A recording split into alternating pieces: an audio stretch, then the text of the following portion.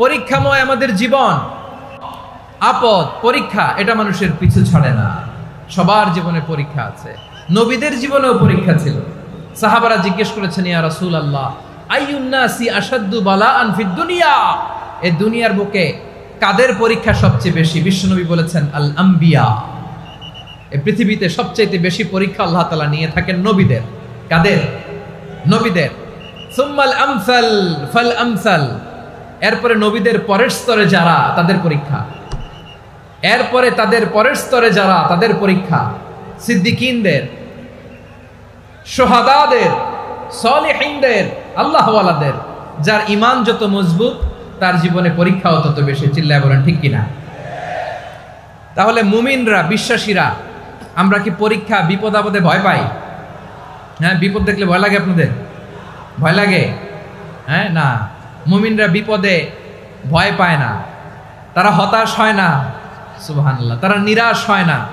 বিশ্বাসীরা হাল ছেড়ে দেয় না, তারা ভরসা রাখে একজনের উপর। চিল্লায় বলতে হবে তিনি কে? কারণ মুমিন জানে the grief isn't permanent, the test isn't permanent, the struggle in our life isn't permanent. আমাদের জীবনের দুঃখ, কষ্ট, স্ট্রাগল এগুলো পার্মানেন্ট নয়। after every difficulties there is an ease. সব কষ্টের পরেই একটা সুখ আছে না নাই? রব্বুল আলামিন বলেন ফা ইন্না মাআল উসরি ইউসরা, ইন্না মাআল উসরি ইউসরা, ভয় পেও না, চিন্তা করো না, কষ্টের সাথেই আমি রেখে দিয়েছি স্বস্তি। সুবহানাল্লাহ বলেন। মুমিন জীবনে বিপদ যত বেশি, কষ্ট যত বেশি, তার সামনে সফলতা তার চেয়েও বেশি। ঠিক কিনা বলেন? কারণ বিশ্বাসীরা জানে রাত্রি যত গভীর হয় সুবহে সাদিকের সময় তত আগাতে থাকে।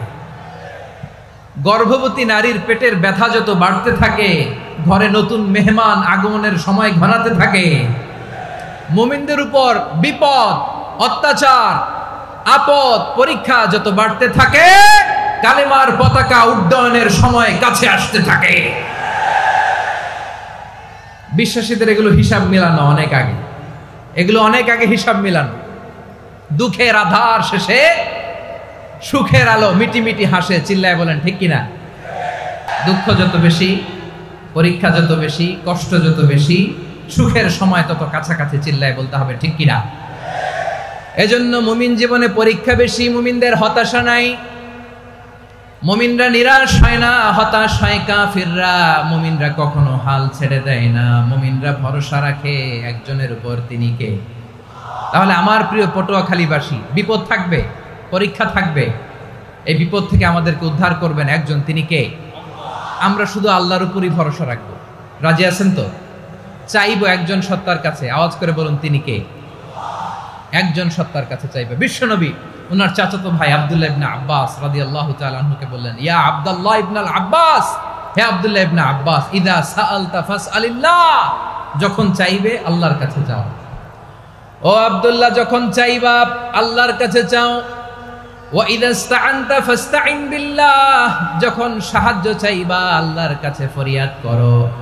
জেনে রেখো ও আব্দুল্লাহ, ওয়া'লাম আন্নাল উম্মাতা লাউ ইজতামাআত আলা আন ইয়ানফাউকা বিশাইইন লাম ইয়ানফাউকা ইল্লা বিশাইইন ক্বাদ কাতাবাহু আল্লাহু লাক।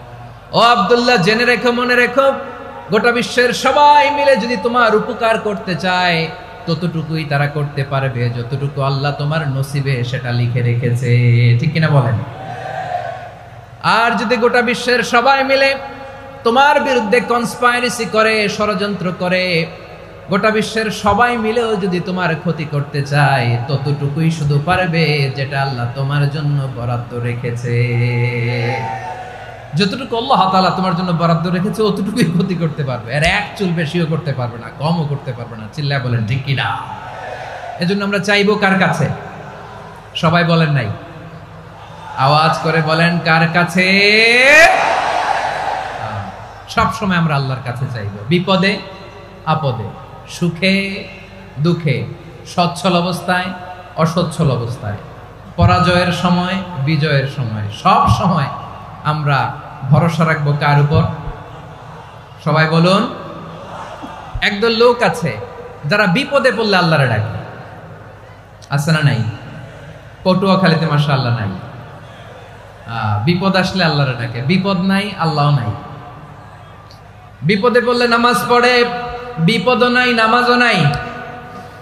বিপদে পড়লে জিকির করে, বিপদ যখন চলে যায় ওদের জিকিরও বন্ধ হয়ে যায়। এরকম আছে না নাই? কিছু লোক দেখবেন পরীক্ষা আসলে নামাজ পড়ে, আছে আছে। জেনজি আওয়াজ করো, এরকম আছে? এই কমন পড়ে গেছে, কমন পড়ছে। দেখবেন পরীক্ষার সময় নামাজ পড়ে, পরীক্ষাও নাই নামাজও আছে। এরকম কিছু লোক আছে অসুস্থ হলে আল্লাহরে বড্ড ভালোবাসে, আল্লাহরে খুব ডাকে। অসুস্থ হইলে অসুস্থতাও নাই, আল্লাহ স্মরণও নাই। দেখবেন কিছু লোক নির্বাচন আসলে খুব আল্লাহওয়ালা হয়ে যায়। তখন দেখবেন মাথার মধ্যে হেজাব লাগায়, পাঞ্জাবি লাগায়, আল্লাহওয়ালা হয়ে যায়। নির্বাচনও নাই, এরপরে আল্লাহর কথাও নাই। আছে না নাই? না, এরকম হওয়া যাবে না। সব সময় আমরা আল্লাহরে ডাকবো, বিপদে আপদে সব সময় ভরসা রাখবো আমরা একজনের উপর। আওয়াজ করে বলেন, তিনি কে? এ কথায় আল্লাহ তাআলা আমাদের চোখে আঙ্গুল দিয়ে জানিয়ে দিলেন, ফাইদা রাকিবু ফিল ফুলকি দা'আবুল্লাহা মুখলিসিনা লাহুদ্দিন ফালাম্মা নাজ্জাহুম ইলাল বাররি ইযা হুম ইউশরিকুন। আল্লাহ বলে, একদল লোক আছে, তারা যখন নৌযানে চড়ে, জলযানে চড়ে, সাগরের মধ্যে যখন জাহাজে চড়ে, লঞ্চে চড়ে, তারা যখন তুফানের সম্মুখীন হয় তখন তারা আল্লাহরে বড্ড বেশি ডাকে, একান্ত ভাবে ডাকে, বিশুদ্ধ চিত্তে ডাকে। আবার তুফান থেকে তাদেরকে সেফ জোনে নিয়ে, নিরাপদ জোনে নিয়ে যখন বন্দরে আমি আল্লাহ তাদেরকে ভিড়িয়ে দেই, ওই লোকগুলো আবার আমি আল্লাহর সাথে শিরিক করে। এরকম আছে না নাই? জাহাজে উঠছে, সাগরের মাঝখানে তুফান, ওই সময় দেখবেন আল্লাহ কারে কয়। এই কথা তো আপনাদেরকে বোঝানো সহজ, আপনারা তো নদীর দেশের মানুষ। লঞ্চে চড়েন নাই কারা কারা দেখি? লঞ্চে চড়ছেন? হ্যাঁ, লঞ্চে চড়ে নাই এরকম একজনও নাই এখানে। আচ্ছা, লঞ্চে উঠছেন কে কে দেখি? মাশাআল্লাহ মাশাআল্লাহ মাশাআল্লাহ। ঠিক আছে, আপনাদের বোঝানো সহজ। আচ্ছা, লঞ্চে উঠে তুফানের সম্মুখীন হয়েছেন, জলোচ্ছ্বাস সবাই, মাশাআল্লাহ। তো এই ওয়াজ তো আপনাদের মুখস্থ, ঠিক কিনা বলেন? আমার বলার দরকার নাই, বলেন। মাঝ নদী, তুফান, জলোচ্ছ্বাস, জলের মধ্যে উচ্ছ্বাস, ঢেউ, টর্নেডো, সাইক্লোন, মেঘের ঘনঘটা, পরিবেশ ঘুটঘুটে অন্ধকার, লঞ্চ একবার এদিকে আরেকবার ওইদিকে, ভিতরে কি অবস্থা হয় বলেন তো? হ্যাঁ, তখন মুসলিমও আল্লাহরে ডাকে, হিন্দু আল্লাহরে ডাকে, ঠিক কিনা বলেন? আস্তিকও আল্লাহরে ডাকে, নাস্তিকও আল্লাহরে ডাকে, ঠিক কিনা? লঞ্চের ভেতর, স্টিমারের ভেতর কান্নারে রোল পড়ে যায়, চিৎকারের রোল পড়ে যায়, সবার মুখ দিয়ে শুধু একটা আওয়াজ, লা ইলাহা লা ইলাহা লা ইলাহা সুবহানাল্লাহ আলহামদুলিল্লাহ লা ইলাহা।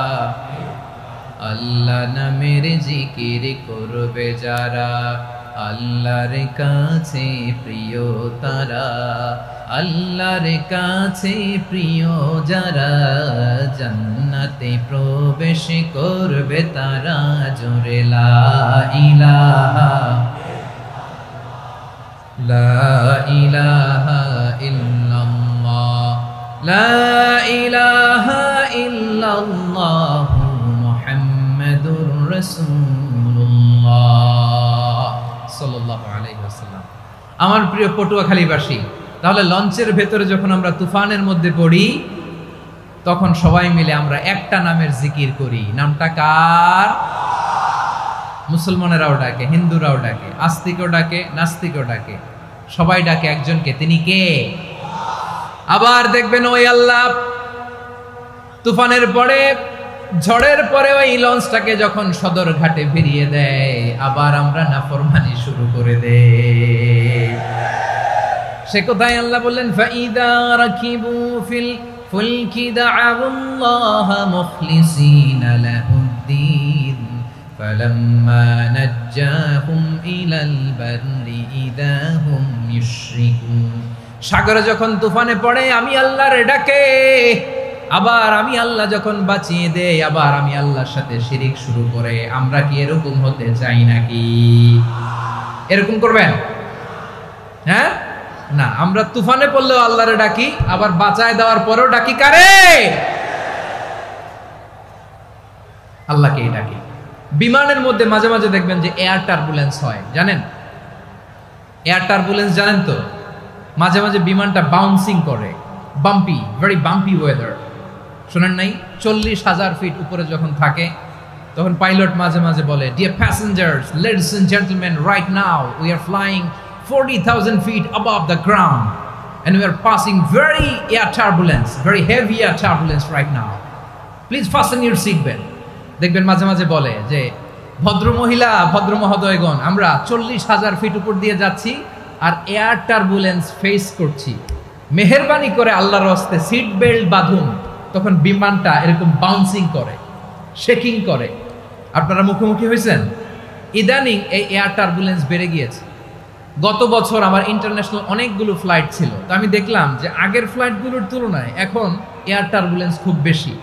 আমি একটু রিসার্চ করে দেখলাম ক্লাইমেট চেঞ্জের কারণে, জলবায়ু পরিবর্তনের কারণে আকাশের বাতাসের মুভমেন্টে পরিবর্তন হয়েছে, ফলে এখন বিমান শেকিং করে বেশি, বাউন্সিং, বাম্পি ওয়েদার। তো বলেন তো 40,000 ফিট উপরে যখন আপনি, কয় হাজার ফিট? সবাই বলুন কয় হাজার ফিট? 40,000 ফিট উপরে যখন আপনি, তখন যখন বিমানটা এরকম বাউন্সিং করে, সবাই যখন ভমিটিং করে বিমান নষ্ট করে দেয়, বমি করে, তখন বাঁচানোর কে আছে আল্লাহ ছাড়া? কেউ আছে? ওই মুহূর্তেও সবাই মিলে একজনের ডাকে আওয়াজ করে বলেন তিনি কে? মাঝে মাঝে কিছু সোশ্যাল মিডিয়ায় কিছু ভিডিও পাওয়া যায় যে হেভি যখন এয়ার টার্বুলেন্স হয় 10 সেকেন্ড 15 সেকেন্ডের কিছু ভিডিও পাওয়া যায়, বিমানটা এরকম বাউন্সিং করছে, বাম্পি ওয়েদার, কাঁপছে, মানুষগুলো বমি করছে, অক্সিজেন মাস্কগুলো সব ঝুলে পড়েছে, বিমানটা শুধু কাঁপছে। তখন দেখবেন বিমানের ভেতরেও এরকম লঞ্চের মতো চিৎকার আছে না নাই? বিমানের ভেতরেও তখন চিৎকার। গত বছর হিথ্রো এয়ারপোর্ট থেকে সিঙ্গাপুর এয়ারলাইন্সের একটা ফ্লাইট, হিথ্রো টু চাঙ্গি, একটা ফ্লাইটে এমন বেশি এয়ার টার্বুলেন্সের শিকার হয়েছিল ওই এয়ারক্রাফটটা, 33 জন যাত্রী সেখানে আহত হয়েছে, একজন যাত্রী নিহত হয়েছে। কেবিন ক্রুজ, এয়ার হোস্টেস যারা আছে, একজনের নাক ফেটে, চোখ ফেটে, কপাল ফেটে, ব্লিডিং হয়ে শয়লা।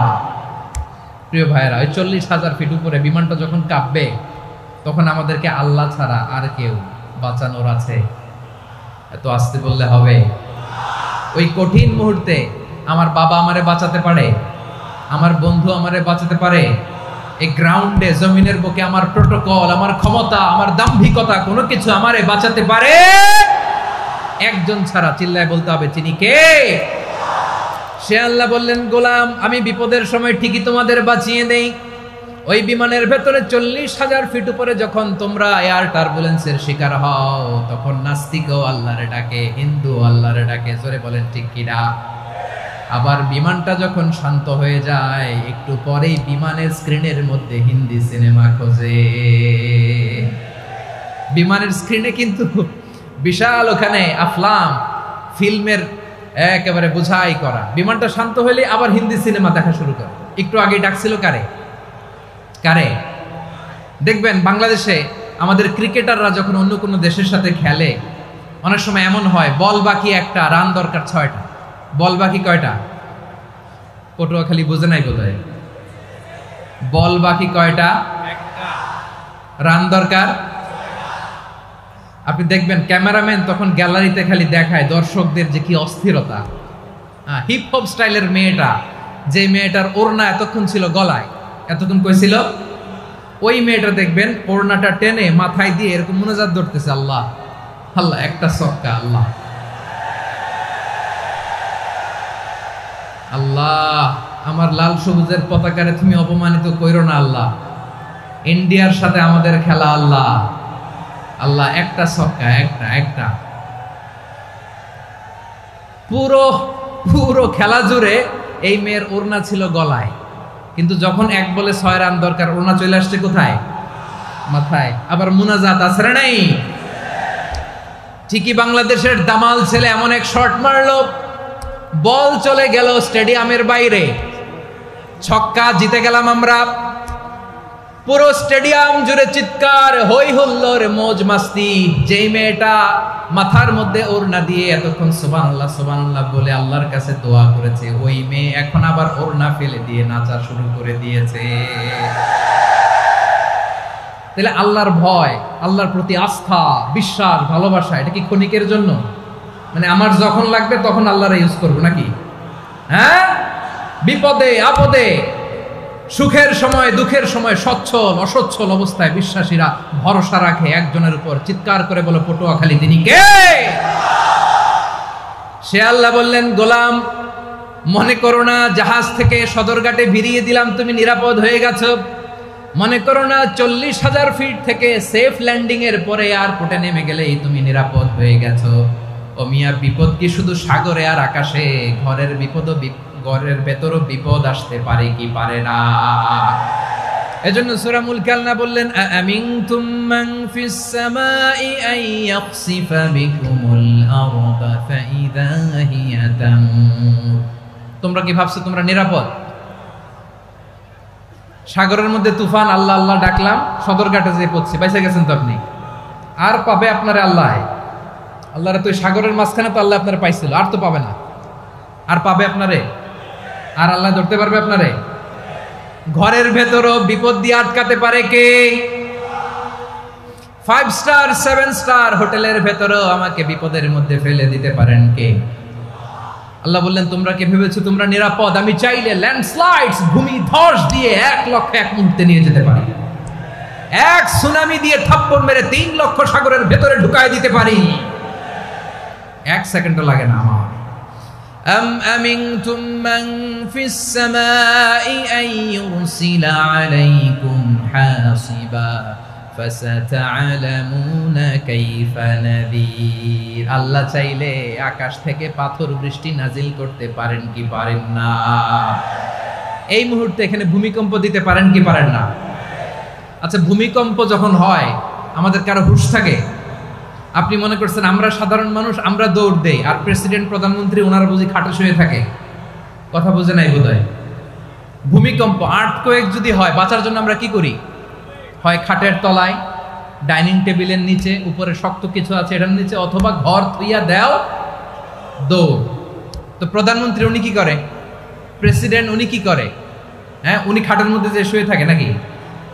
উনিও দৌড়, সাধারণ মানুষও দৌড়, প্রধানমন্ত্রীও দৌড়, বাড়িওয়ালাও দৌড়, ভাড়াটিয়াও দৌড়, সবাই দৌড়। নাকি ভাড়াটিয়ারা বাড়ি থুইয়া দৌড়, বাড়িওয়ালারা আর বেরোয় না? এরকম না। তাহলে যে কোনো মুহূর্তে ভূমিকম্প দিয়ে নাস্তানাবুদ করতে পারে কে? আমার প্রিয় ভাইয়েরা, আমরা নিরাপদ নই, আমরা তার দয়ায় বেঁচে আছি। কার দয়ায়? এজন্য আল্লাহ বললেন, গোলাম যে কোনো মুহূর্তে বিপদ দিয়ে তোমাদেরকে নাস্তানাবুদ করতে পারি। বিশ্বাসী বলে যদি নিজেকে দাবি করো, সব সময় ডাকতে হবে একজন সত্তাকে। বলেন তিনি কে? এই কথা ক্লিয়ার? এই সবগুলো উদাহরণ শেষে সবার কাছে ক্লিয়ার হয়েছে না যে বিপদ থেকে, আপদ থেকে, পরীক্ষা থেকে, ক্যালামিটি থেকে আমাদেরকে কেউ বাঁচাতে পারে না একজন সত্তা ছাড়া। আবারও বলেন তো তিনি কে? ক্লিয়ার? হ্যাঁ, সবাই বুঝতে পারছেন? আচ্ছা, এবার আমরা দেখি বিষ্ণু ঈসা ইসলামের জীবনে বিপদ আপদ ছিল কিনা। উনি বিপদ আসলে কিভাবে ডিল করতেন, বিপদ আসলে কোন দোয়া পড়তে হয়, কিভাবে ফরিয়াদের হাত উত্তোলন করতে হয়, কিভাবে রবের দরবারে নতজানু হয়ে ফরিয়াদ করতে হয়, এটা জানার দরকার আছে না নাই? আসুন আমরা বিষ্ণুনবীর জীবনী থেকে দেখি বিপদ আসলে উনি কি করতেন। বিপদ আসলেই প্রথমে বিষ্ণু ঈসা ইসলাম একটা দোয়া পড়তেন।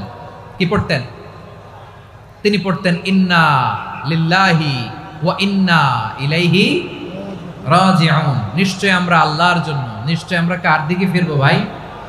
আবার কার দিকে ফিরবো? আওয়াজ করে বলুন তো, আমরা এসেছি কার কাছ থেকে? আবারও ফিরে যাব কার কাছে? এজন্য বিষ্ণুই পড়ছেন ইন্না লিল্লাহি ওয়া ইন্না ইলাইহি রাজিউন, নিশ্চয় আল্লাহর জন্য ওই আল্লাহর দিকেই আমরা ফিরে যাব।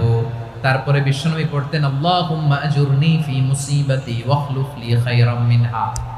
একসাথে প্রথমে পড়তেন ইন্না লিল্লাহি ওয়া ইন্না ইলাইহি রাজিউন, তারপর পড়তেন আল্লাহুম্মা আজুরনি ফি মুসিবাতি ওয়াখলুফ লি খায়রাম মিনহা, মানে আল্লাহ এই যে আমি বিপদে ধৈর্য ধারণ করলাম এটার সব তুমি আমার দাও, আর যেটা হারালাম এর চেয়ে ভালো কিছু দিয়ে মেকআপ করে দিও, ভালো কিছু দিয়ে বদল করে দিও। সুবহানাল্লাহ পড়েন।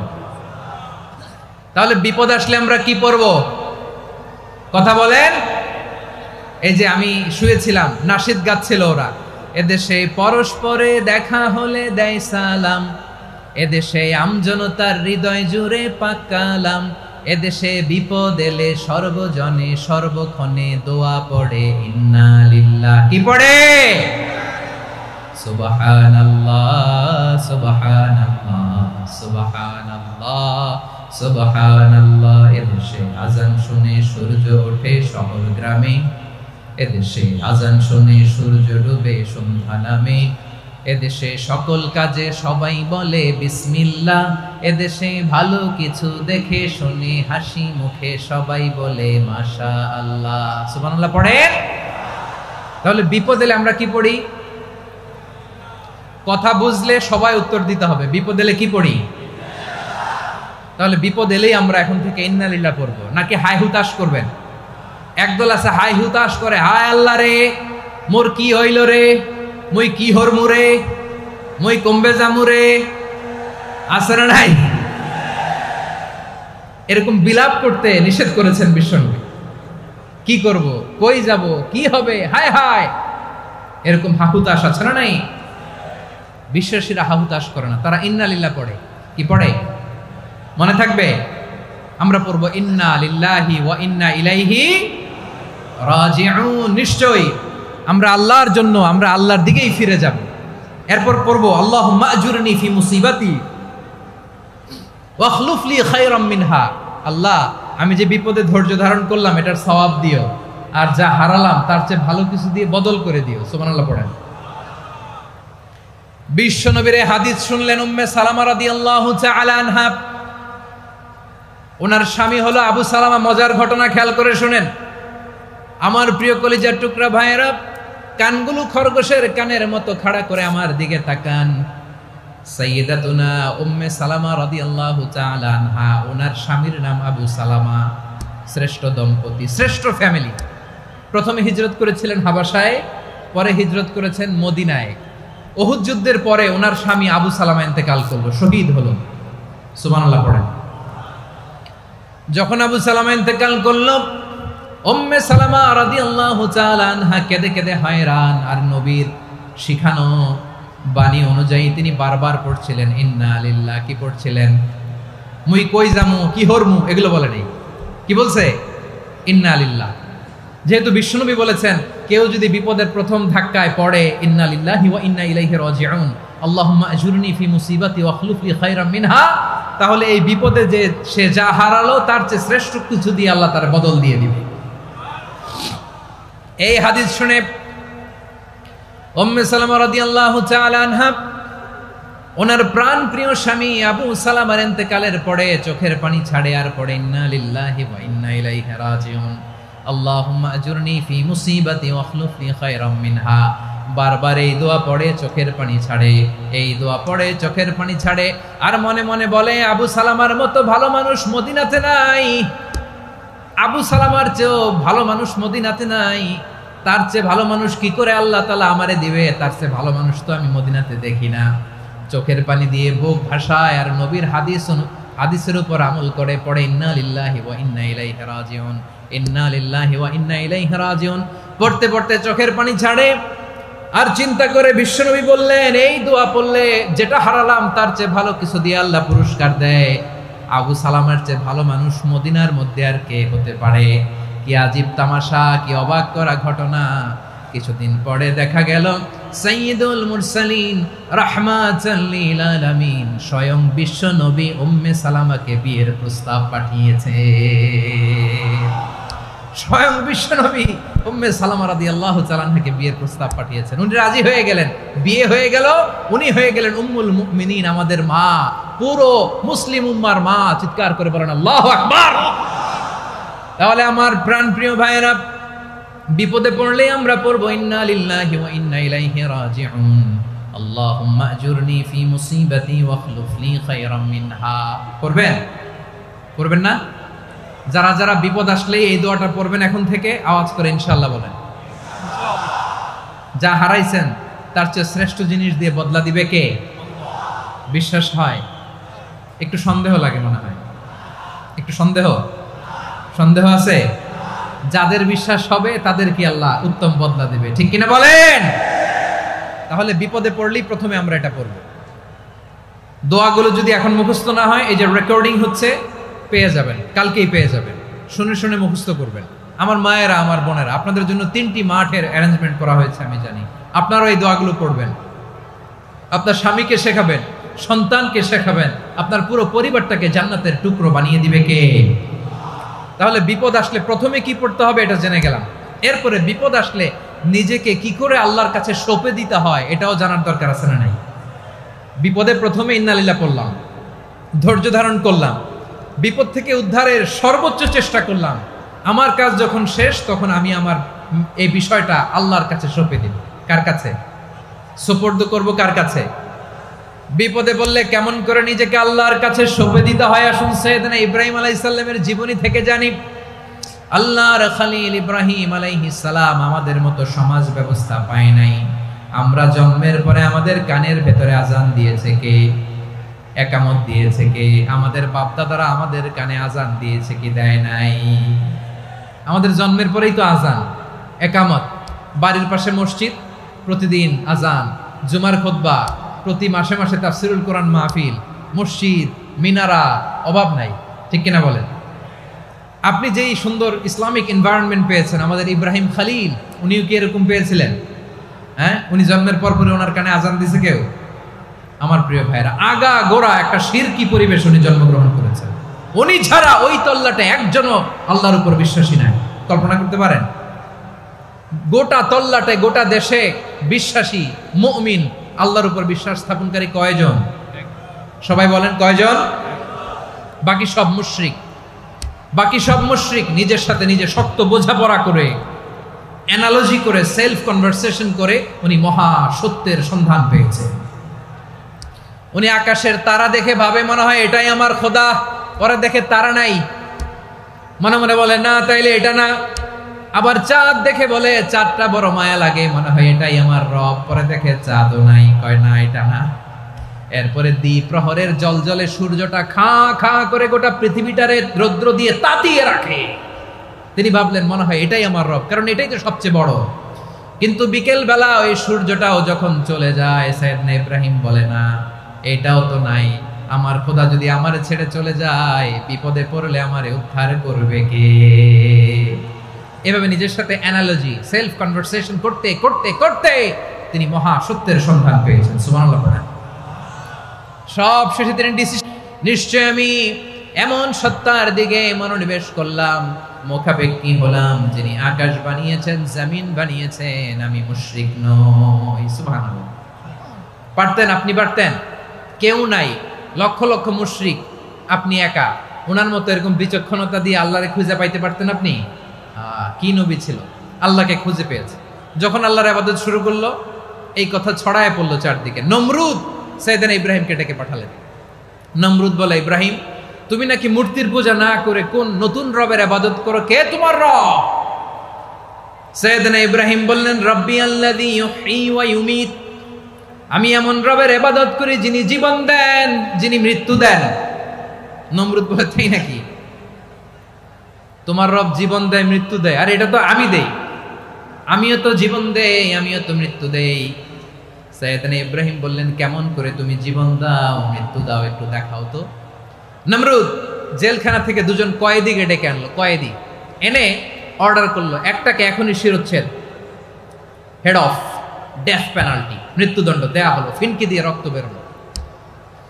নমরুদ বলে, দেখো দুজনকে ধরে আনলাম, একজন কয়েদিকে দিলাম ডেথ পেনাল্টি, মৃত্যুদণ্ড, ওরে মৃত্যু দিলাম। আরেকজন যে দাঁড়িয়ে আছে, চাইলে ওরেও আমি মৃত্যুদণ্ড দিতে পারি, কিন্তু না, ওরে আমি দিব না, ওরে আমি বাঁচাইয়া দিলাম, ছেড়ে দিলাম, মানে জীবন দিলাম। দেখো ইব্রাহিম, তোমার চোখের সামনে একজনরে মৃত্যু দিলাম, আরেকজনরে জীবন দিলাম। আপাত দৃষ্টিতে তাই তো, একজনরে তো জীবন দিল, আরেকজনরে মৃত্যু দিল। সাইয়েদনা ইব্রাহিম এবার বিপাকে পড়ে গেলেন। কিন্তু এক একজন নবীকে আল্লাহ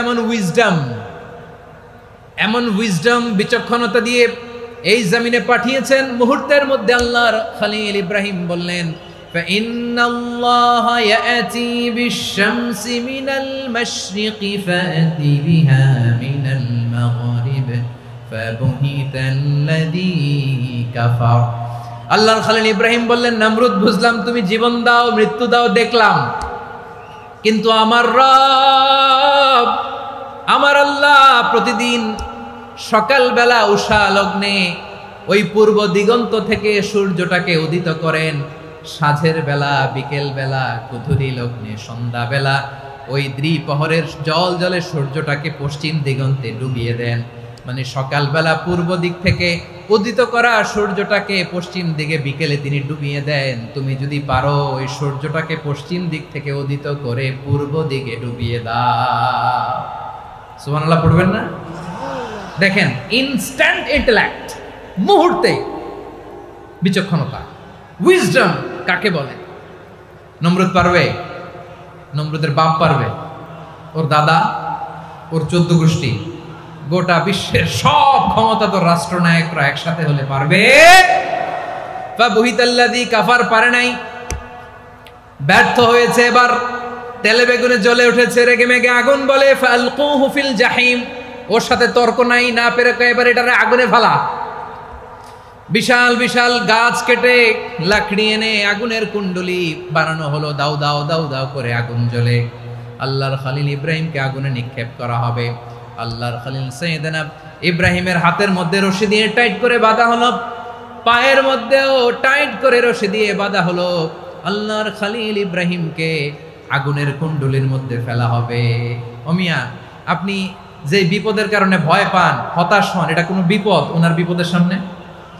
পটুয়াখালী আওয়াজ করে বলুন, সাইয়েদনা খলিল ইব্রাহিমের বিপদের সামনে আমাদের বিপদগুলো কোনো বিপদ? এটা কোনো বিপদই না, এটা কোনো বিপদই না। হাত পা বেঁধে টাইট করে নিক্ষেপ করা হবে, সিম্পলি ফেলা যাবে না, কারণ দাও দাও করে দ্য ব্লেজিং ফায়ার, এমন আগুনের কুণ্ডলি, কাছে যাওয়া যায় না, আগুনের উত্তাপে নিক্ষেপ করা হবে। হাতে রশি বেঁধে, পায়ে রশি বেঁধে আল্লাহর খলিল ইব্রাহিম আলাইহিস সালামকে আগুনের মধ্যে নিক্ষেপ করা হবে। আহা, এটার বলে অগ্নি পরীক্ষা। উনি অগ্নি পরীক্ষার সম্মুখীন হয়েছিলেন, এজন্য কঠিন পরীক্ষাকে আমরা অগ্নি পরীক্ষার সাথে তুলনা করি, ঠিক কিনা?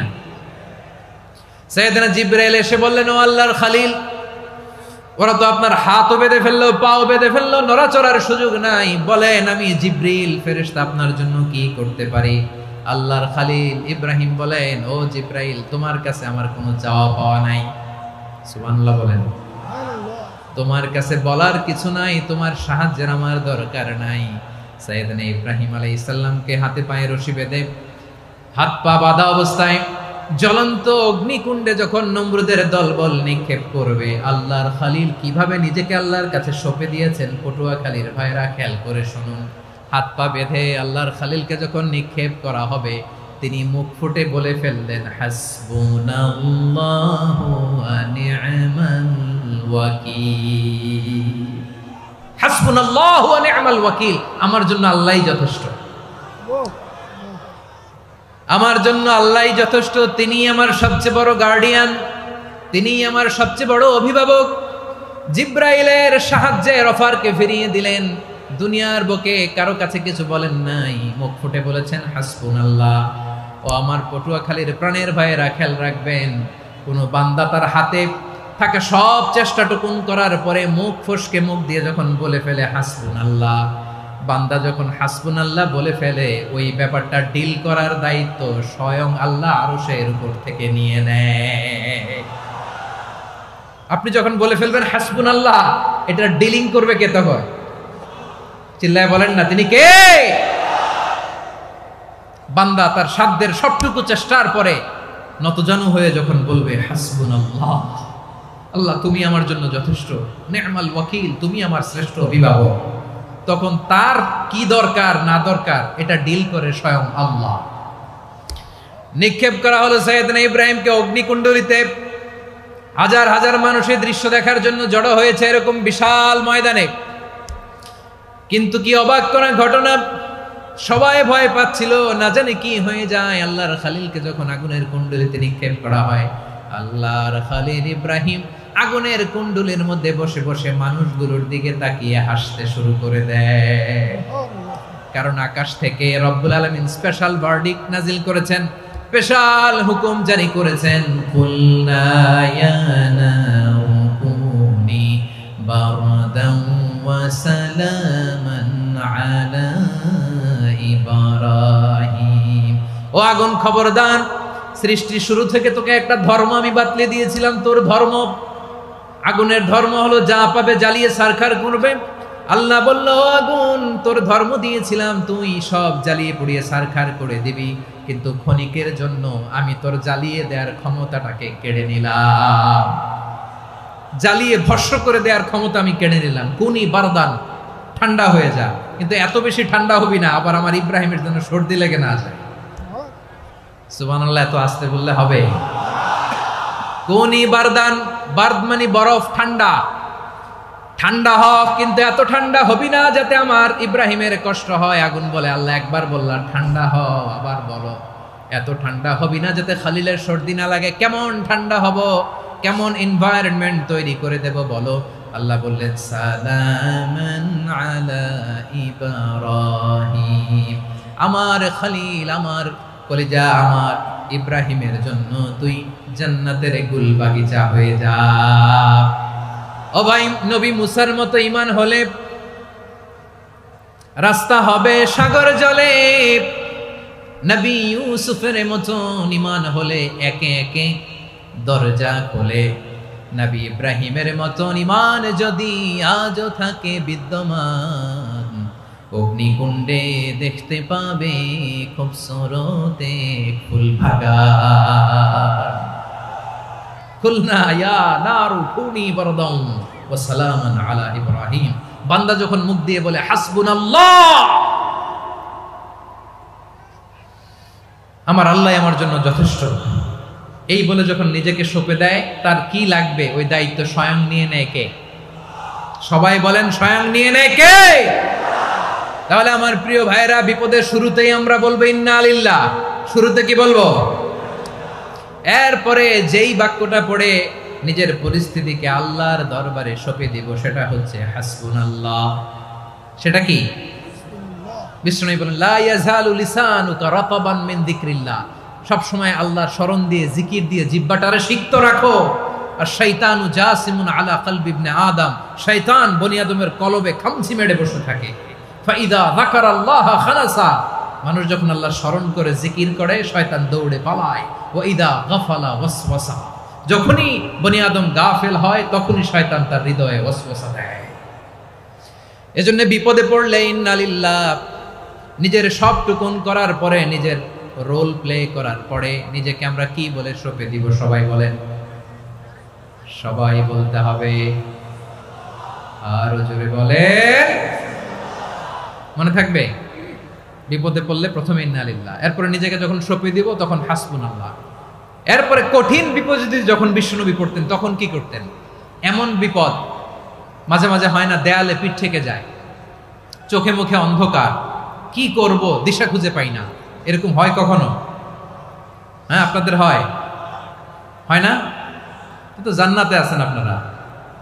হয় হয়, এরকম হয়েছে না যে দেয়ালে পিঠ থেকে গেছে, চোখে মুখে অন্ধকার, কই যাব, কি করব, বাঁচানোর কেউ না, এরকম হয়েছে কখনো আপনাদের? যদি হয় তাইলে এটার সলিউশন বলবো, না হইলে তো এগুলো বলে লাভ নাই। হয় হয় হয়, বিশ্বনবী এরকম কঠিন বিপদে পড়েছেন জীবনের কিছু কিছু মুহূর্তে। ওই মুহূর্তে বিশ্বনবী স্পেশাল দুইটা দোয়া পড়তেন, এই দোয়াগুলো আপনাদেরকে জানিয়ে দেয়। বিশ্বনবী বলেন, কঠিনতম বিপদে যখন পড়বা, দেয়ালে পিঠ থেকে যায়, চোখে মুখে অন্ধকার, বাঁচার কোনো উপায় নাই, তখন পড়বা লা ইলাহা ইলাহা ইল্লা আনতা সুবহানাকা ইন্নী কুনতু মিনাজ জালিমিন। আল্লাহ, তুমি ছাড়া কোনো ইলাহ নাই, তুমি পবিত্র, নিশ্চয় আমি জালিমদের অন্তর্ভুক্ত। সুবহানাল্লাহ বলেন। এই দোয়া সাইয়েদনা ইউনূস আলাইহিস সালাম পড়েছিলেন যখন মাছের পেটে ছিলেন। কিসের পেটে? এবং অনেক মুফাসসিরিন একরাম বলেছেন, অনেক আহলুল ইলমরা বলেছেন এটা হচ্ছে ইসমে আজম। ইসমে আজম এমন দোয়া যেটা দিয়ে দোয়া করলে আল্লাহ দোয়া কবুল করে, কিন্তু এটা কোনটা এটা নিয়ে ইখতিলাফ আছে। কোন আহলুল ইলম বলেন এই লা ইলাহা ইল্লা আনতা সুবহানাকা ইন্নী কুনতু মিনাজ জালিমিন এটা হচ্ছে ইসমে আজম। সাইয়েদনা ইউনূস আলাইহিস সালাম পড়েছেন, আপনারা পড়েননি? তুফান হইলে পড়েন না? আমাদের এলাকায় তো এটা খুব, এটার উপর ব্যাপক আমল আছে। পটুয়াখালীতে কি অবস্থা বলেন? পড়েন পড়েন পড়েন পড়েন। একটা গল্প শুনেছিলাম, পাক হানাদার বাহিনী যখন বাংলাদেশে অ্যাটাক করত, ৭১ সালের ঘটনা বলতেছে, আমরা তো দেখি নাই, শুনছি আর কি। ৭১ যদি দেখতাম এতদিনে রাজাকার হয়ে যেতাম। আল্লাহ আমাদেরকে বাঁচাই দিছে, আল্লাহর মেহেরবানি, ঠিক কিনা বলেন? মন মতো হইলে মুক্তিযোদ্ধা, মন মতো না হইলে রাজাকার। কত কিছু দেখলাম এই শাহবাগের বুকে। আল্লাহ, ৭১ সালে দেখি নাই, আমরা শুনেছি পাক হানাদার বাহিনী জিজ্ঞেস করত মুসলিম না অমুসলিম চেক করার জন্য, বলতো কালেমা বল, কালেমা বাতাও। তো যারা কালেমা বলতে পারতো পাকিস্তানি বাহিনী নাকি ওদেরকে ছেড়ে দিত, শুনেছি। তো একজনকে, এক বাঙালিরে পেয়ে তার মাথার মধ্যে বন্দুকর নল ধরে বলতেছে কালেমা বল সালে, কালেমা বাতা, কালেমা বল। তো ভয়ের চোটে এই দোয়া পড়া শুরু করছে। ও পড়তেছে লা ইলাহা ইল্লা আনতা সুবহানাকা ইন্নী কুনতু মিনাজ জালিমিন। পাকিস্তানি বলে সালে ইয়ে তো মুসিবত কা কালেমা है। বাঙালি কয় হাম তো ভি মুসিবত মে है। পাকিস্তানি বলে বেটা কোন দোয়া বললি, এটা তো মুসিবতের কালেমা। কয় আমিও তো মুসিবতে আছি, আমার মাথার মধ্যে বন্দুক ধরে তুমি আমার কালেমা জিজ্ঞেস করো, এখন কোনটা কালিমা আর কোনটা কি দোয়া, আমার হুঁশ আছে নাকি? প্রিয় ভাইরা, আসলে এটা দুআউল মুসিবা, বিপদে পড়লে এ দোয়া পড়তে হয়। লা ইলাহা ইল্লা আনতা সুবহানাকা ইন্নী কুনতু মিনাজ জালিমিন, এটা পড়বেন আপনারা। এই দোয়া পড়ে সাইয়েদনা ইউনূস আলাইহিস সালাম মাছের পেট থেকে রক্ষা পেয়েছিলেন। রক্ষা করেছিল কে? তুমি ইউনূস নবীরে যখন খাইলো মাছেতে গিলিয়া, ফেরেশতা পাঠাইয়া দিলে ইসমে আজম দিয়া। প্রাণে ছিল যাহার ভয় সেথা পাইল আশ্রয়, প্রাণে ছিল যাহার ভয় সেথা পাইল আশ্রয়। মাছের পেট হতে সে যে পেল পরিত্রাণ। আল্লাহু আল্লাহু তুমি জাল্লে জালালুহু, শেষ করা তো যায় না গে তোমার গুণগান। আল্লাহু আল্লাহু, সুবহানাল্লাহ পড়েন। লা ইলাহা ইল্লা আনতা সুবহানাকা ইন্নী কুনতু মিনাজ জালিমিন। বিশ্বনবী বললেন, দেয়ালে পিঠ থেকে গেলে, চোখে মুখে অন্ধকার, বাঁচার কোনো উপায় নাই, তখন এই দোয়াটা করতে হবে। এই দোয়া পড়ে আল্লাহর কাছে ফরিয়াদ করলে বিপদ মুক্ত করবেন কে?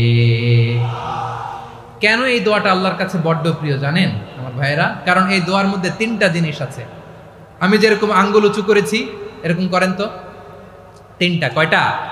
3টা। 1 নম্বরে হচ্ছে তাওহীদ, 2 নম্বরে তাসবিহ, 3 নম্বরে তাকরীর। আই রিপিট, আবারও বলছি, 1 নম্বরে তাওহীদ, 2 নম্বরে তাসবিহ, 3 নম্বরে তাকরীর। এই দোয়াটা আল্লাহর কাছে এত পছন্দনীয় কারণ এ দোয়ার প্রথম অংশে আছে তাওহীদ, আল্লাহর একত্ববাদের ঘোষণা। লা ইলাহা ইল্লা আনতা, ও আল্লাহ আপনি ছাড়া কোনো ইলাহ নাই, উপাস্য নাই। এই কথা বললে আল্লাহ বড় খুশি হয়ে যায়, সুবহানাল্লাহ পড়েন। এ দোয়ার দ্বিতীয় অংশে আছে তাসবিহ, মানে আল্লাহর প্রশংসা, প্রশংসা সূচক বাণী।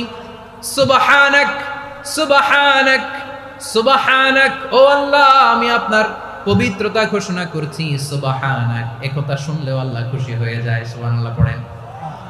এই দোয়ার তৃতীয় অংশে আছে তাকরীর, তাকরীর মানে পাপের স্বীকৃতি। তাকরীর মানে কি? তাকরীর মানে পাপের স্বীকৃতি। এই দোয়ার তৃতীয় অংশে আছে ইন্নী কুনতু মিনাল জালিমিন, ও আল্লাহ আমি জালিমদের অন্তর্ভুক্ত। আল্লাহ আল্লাহ আমি জালেম, আল্লাহ আমি ভুল করেছি, অন্যায় করেছি, আল্লাহ আমি জালেমদের অন্তর্ভুক্ত। এই পাপের স্বীকৃতি, অ্যাকনোলেজমেন্ট আল্লাহ বড্ড পছন্দ করে। যখন আল্লাহর কাছে আপনি ছোট হবেন, ছোট হতে হতে যত ছোট হবেন, ওই দৃশ্যটা দেখতে আল্লাহ বড্ড পছন্দ করে। সুবহানাল্লাহ বলে। 3 নম্বর অংশ, ইন্নী কুনতু মিনাজ জালিমিন, আল্লাহ আমি জালেমদের অন্তর্ভুক্ত। সাইয়েদনা আদম আলাইহিস সালাম ভুল করে যখন নিষিদ্ধ গাছের ফুল খেয়ে ফেললেন, ফল খেয়ে ফেললেন, আল্লাহ বললেন আদম ক্ষমা পেতে চাইলে তুমি আর হাওয়া মিলে স্বীকৃতি দাও, পাপের স্বীকৃতি আর পড়ো, রব্বানা যালামনা আনফুসানা ওয়া ইল্লাম তাগফির লানা ওয়া তারহামনা লানাকুনান্না মিনাল খাসিরিন। ও আল্লাহ আমি আদম আর হাওয়া যালামনা আনফুসানা, আমরা আমাদের নফসের উপর বড্ড জুলুম করেছি আল্লাহ, ওয়া ইল্লাম তাগফির লানা ওয়া তারহামনা, আপনি যদি ক্ষমা না করেন, আপনি যদি দয়া পরবশ না হন, আপনি যদি রহম না করেন, আমরা তো ক্ষতিগ্রস্তদের মধ্যে শামিল হয়ে যাব।